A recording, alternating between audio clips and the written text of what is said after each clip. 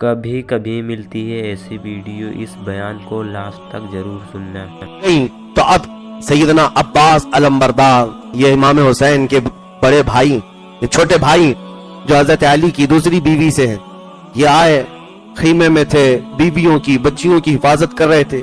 ننھی سکینہ آئیں اور کہا چچا جان، پیاس کی شدت سے حلق میں کانٹے پڑ گئے ہیں، 3 دن ہو گئے، میرے عزیزو ہم نے رمضان کو محسوس کیا ہے، آج بھی روزے سے ہوں گے، ابھی دن نہیں ڈھلا ہے، لیکن پیاس کی شدت ابھی سے ہمیں پریشان کرتی ہے۔ کبھی محسوس کرو ڈوب کر کے خاندان رسول کے وہ شہزادے کیسے 2 دن کے بعد تیسرے دن کی پیاس برداشت کر رہے ہو، جبکہ سورج اپنی تمازت بکھیر رہا ہے چلچلاتی ہوئی دھوپ میں۔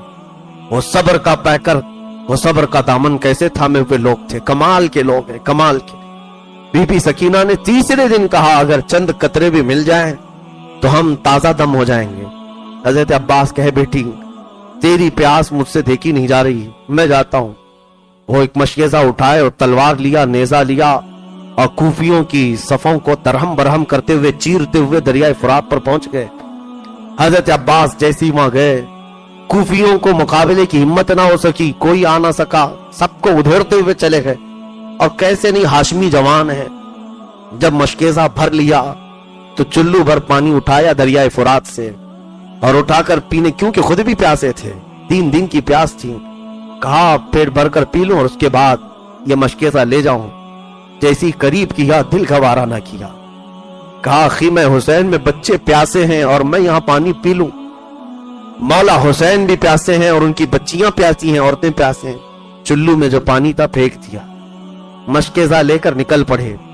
عمرو بن سعد نے اعلان کیا کہ اگر یہ عباس کے ہاتھ سے مشکیزہ خیمے تک پہنچ گیا تو لڑائی مشکل ہو جائے گی، یہ جنگ مشکل ہو جائے گی۔ 22,000 کے نامرد پھر بھی ڈرے ہوئے ہیں، یہ لڑائی بھاری پڑ جائے گی، اس مشکیزے کو جانے نہ دو۔ دھوکے سے ایک کوفی آیا اور پیچھے سے حضرت عباس کے کندھے پر تلوار سے ایسے وار کی کہ ان کا ہاتھ کٹ گیا۔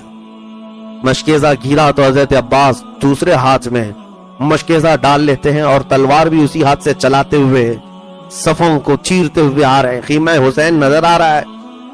کوفیوں نے پھر جتھے کے ساتھ حملہ کیا، ان کے دوسرے بازو کو کاٹ دیا۔ دونوں ہاتھ مونڈوں سے اگر کٹ جائیں اور پانی کا بھرا ہوا مشکیزہ گیرا ہو، ہمت تو ٹوٹ جانا چاہیے، لیکن اس عباس کی جرأت کو سلام، دانتوں میں مشکیزہ اٹھایا، منہ سے اٹھا لیا اور کہا کسی طرح یہ خیمہ حسین تک پہنچ جائے، ہاتھ گئے ہیں تو جانے دو۔ ان کو ہاتھوں کی پرواہ نہیں تھی، ہماری انگلی پر زخم ہو جائے تو ہم مرہم پٹی کے لیے بے قرار ہو جاتے۔ کٹ گئے بازو، لیکن مشکیزہ دانتوں میں اٹھا لیا۔ جانے لگے تو کوفیوں نے تیر مار مار کر کے مشکیزے کو پھوڑ دیا، اور مشکیزے کا پانی جب بہنے لگا تو عباس کی آنکھوں سے آنسو بہنے لگے۔ بڑی محنت سے سکینہ کے لیے پانی لایا تھا اور کہا کہ خیمہ حسین کی طرف جانے کی اب ہمت نہیں ہوتی۔ پوچھے گی بچی پھر سے کہ چچا پانی لائے، میں کیا کہہ سکتا ہوں؟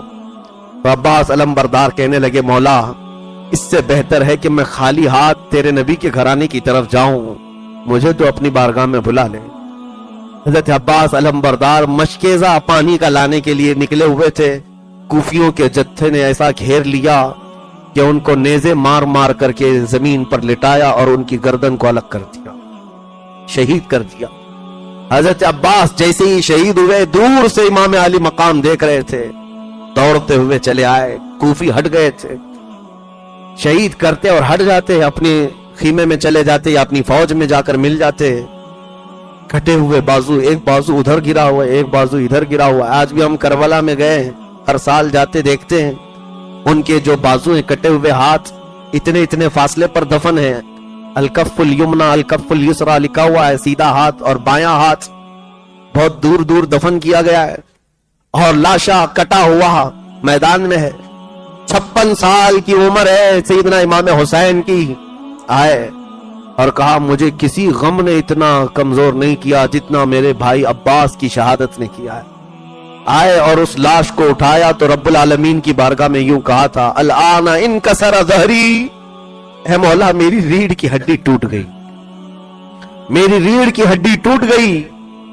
اور اس لاشے کو لائے، اپنے سگے بھائیوں کا جسم اٹھاتے ہوئے یہ 56 سالہ نواسے رسول تمہاری ہر ادا پر کروڑوں سلام ہے حسین، تمہارے ہر عزم حوصلے پر لاکھوں سلام۔ ایسے ہی بیان سننے کے لیے ہمارے چینل کو ضرور سبسکرائب کریں۔